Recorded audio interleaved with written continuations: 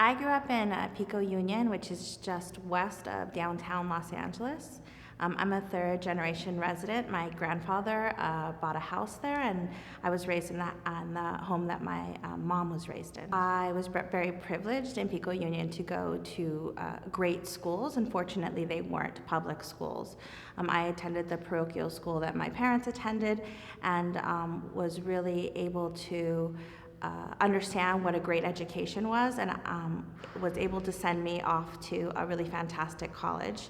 Unfortunately, that's not the story of many of my cousins and neighbors that I grew up in Pico-Union were able to obtain. When I was growing up, there was a lot of busing going on, so if you wanted a great education, you had to leave Pico-Union, you had to be bused out for very long hours to the valley. And there just weren't a lot of great choices in Pico-Union at that time. So when I came back from college, I was able to come back to my neighborhood, to Pico-Union, and become a second grade teacher through the public school system, and really understood what public education looked like and felt like for people that I grew up with, and what it felt like in Pico-Union. And I realized that our families just needed more choice and needed access to great schools, and there just weren't enough in Pico-Union at that time. So I left my public school teaching position. I went into nonprofit for quite some time, and then charter schools became a thing, and so I decided to look into them. And I thought that coming back to my neighborhood, bringing my teaching experience and my nonprofit experience, marrying them both, I could be part of the solution of bringing more choice and great educational, an educational opportunity for the community that I love. I was able to design my charter school by gleaning best practices from charter schools across the country. I was very fortunate to get a fellowship through Building Excellence Schools, and I spent a year traveling the country doing a residency at another high-performing charter school, and really looking to see what would work for my community, taking a piece from here and a piece from there, and then bringing together the model to bring back to Pico-Union. I was able to visit many of the schools on the East Coast, many of the Uncommon schools. I did a residency in Bed-Stuy with Uncommon, leadership prep, and I took a lot of the primary practices that they did there and translated them for the students of Pico-Union. So we were very thoughtful about structures. We took the idea of a longer school day.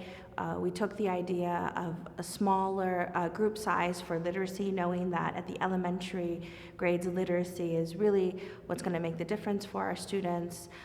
We also took the joy and celebration that you could bring, even starting at kindergarten. While you had a longer school day, you could celebrate learning in a way that I hadn't seen before. It's a cheer for every celebration and every moment of learning that we had. Is really active learning in that way, with the structured components were the pieces that I took back to Equitas. Well, much like the amazing models that I had the opportunity to visit, we saw that they were really making a difference. And taking those same practices and bringing them to Equitas, we did see that we were able to break the achievement gap for our students.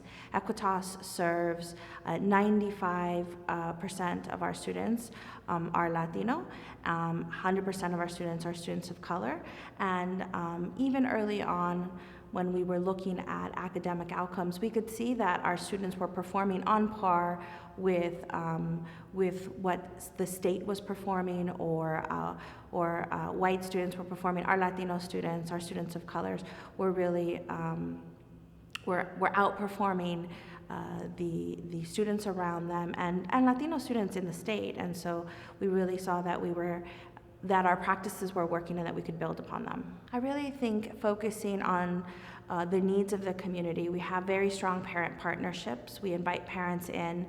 We invite them to participate 40 hours a year. And what that really looks like is 4 different touches once a month. So if there's a parent conference, we consider that parent participation, because anytime we can strengthen the relationship between the parent and the child, we really feel like the school wins, or we all win. We're all working together. We have family nights, we have fun Saturday workshops. We ask parents to think of ways that they can contribute to the school. We look to individualize what participation looks like. Some of our moms want to take home things that our kindergarten teachers need to cut and have ready for the next day, and that's a way that our moms have asked to participate, because they can do it at home while they're watching siblings. Another one of I think our signature practices is our idea of structure. We think through how to maximize every minute of the time that we have with kids. So we are very focused on minimizing transitions. We want to make sure our kids are getting from one activity to the next activity, because the more time we can focus on learning, we know that our students are going to win in that as well. We have a strong enrichment program where we look to have well-rounded students.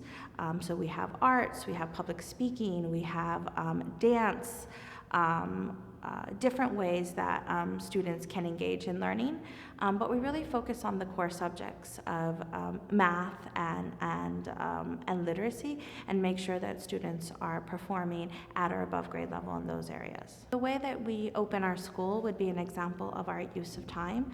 We start early. We start at 7:30, and everything is done with precision. So doors open at 7:15. Students come in. They have an assigned line.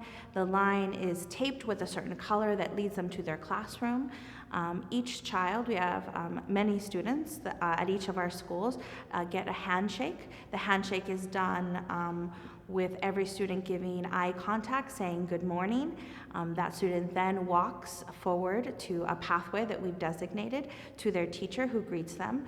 There is an organized way that we teach students to take the homework folder out of their packet. They put their backpack between their legs so that we're not putting it on the ground. We time this so it's the most efficient way. We teach it, we celebrate our students when they do it correctly, and then they enter into classroom. So we are in learning within 5 minutes in a very orderly way. It's very quiet. It's very focused on the students and creating a great opening to the day of learning. So we have a K-8 experience right now. We have several schools that are elementary and middle school, and we're looking to partner with local high schools that share our mission of getting our kids to college.